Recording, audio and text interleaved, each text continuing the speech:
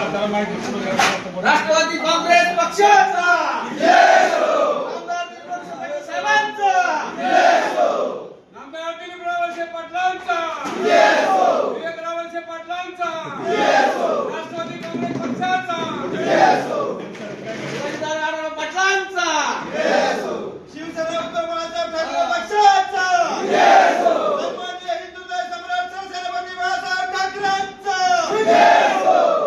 प्रत्यक्षताई तुम आगे बढ़ो हम तुम्हारे साथ हैं प्रत्यक्षताई तुम आगे बढ़ो हम तुम्हारे साथ हैं।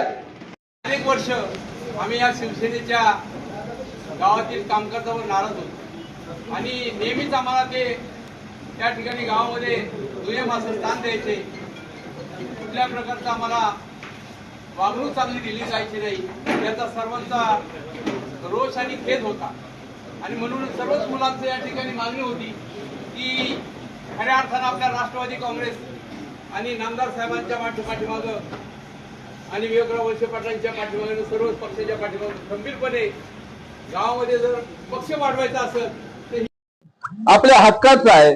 म्हणजे आपलं मताधिक्य सुद्धा त्या तुलनेत तेवढंच झालेलं असतं. म्हणजे धामणी गावामध्ये जो काय राष्ट्रवादी काँग्रेस पक्ष आहे तर याचं जे लिमिट आहे तर हे आपल्याला हे माहीत झालेलं त्याच वेळेला होतं आणि त्याचीच प्रचिती या ठिकाणी किंवा तो आपल्याला या ठिकाणी हे सगळं चित्र पाहायला मिळालं. म्हणजे खऱ्या अर्थानं धामणी गावामध्ये कोण इकडे आलं कोण तिकडे गेलं याच्यामध्ये काय बदल होत नाही. मग आपण सुद्धा ओळखून जायचं तर जिल्हा परिषदेला काय झालेलं असेल किंवा पंचायत समितीला काय झालेलं असेल आणि आता काय झालेलं आहे तर याच्यामध्ये काय फारसा तफावत नाही. त्याच्यामुळे याच्यामध्ये खऱ्या अर्थानं आपल्याला जर वाढ करण्यासाठी हे प्रयत्न करायचे. धामणी गाव हे राष्ट्रवादी काँग्रेस पक्षाचा बालेकिल्ला आहे हे आपल्याला या पुढील भविष्य काळामध्ये दाखवून देण्यासाठी सर्वांना एकत्रितपणे काम करायचं.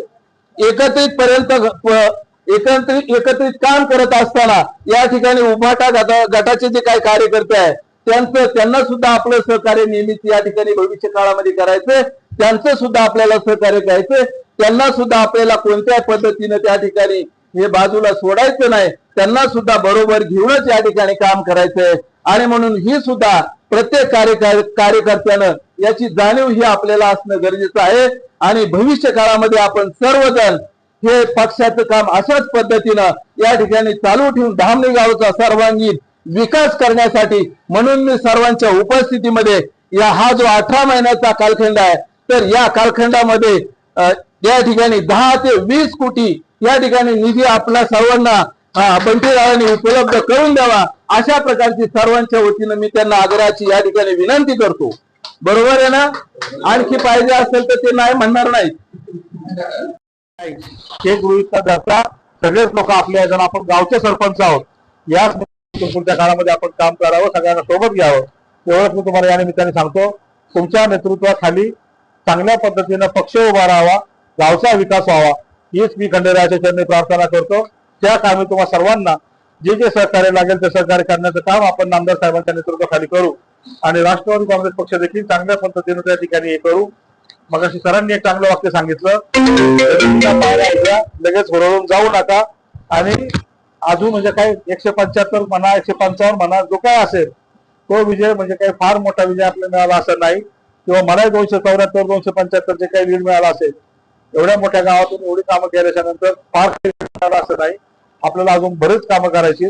जवळपास निम्म गाव अजून आपल्या विचारांच्या ह्याच्यामध्ये जुळत त्यांना देखील जुळवायचं काम असेल त्या ठिकाणी त्यातल्या जास्तीत जास्त लोकांना 100% कुठलंच गाव त्या ठिकाणी होऊ शकत नाही. पण इथून पुढच्या काळामध्ये होणाऱ्या मतदानामध्ये 75% मतदान जसं पूर्वी व्हायचं 70% मैदान हे राष्ट्रवादी काँग्रेस पक्षाला व्हायचं अशा स्वरूपाची एकजूट आपल्याला त्या ठिकाणी इथून पुढच्या काळामध्ये तयार करायची आहे.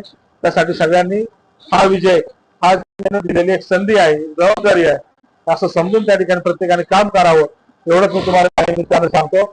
जे कोणी अपोजिट उभे राहिले असतील तेही आता सगळे एकाच घरातली सगळी मंडळी आहेत. दादवंचे सगळे उमेदवार त्या ठिकाणी उभे राहिलेले होते.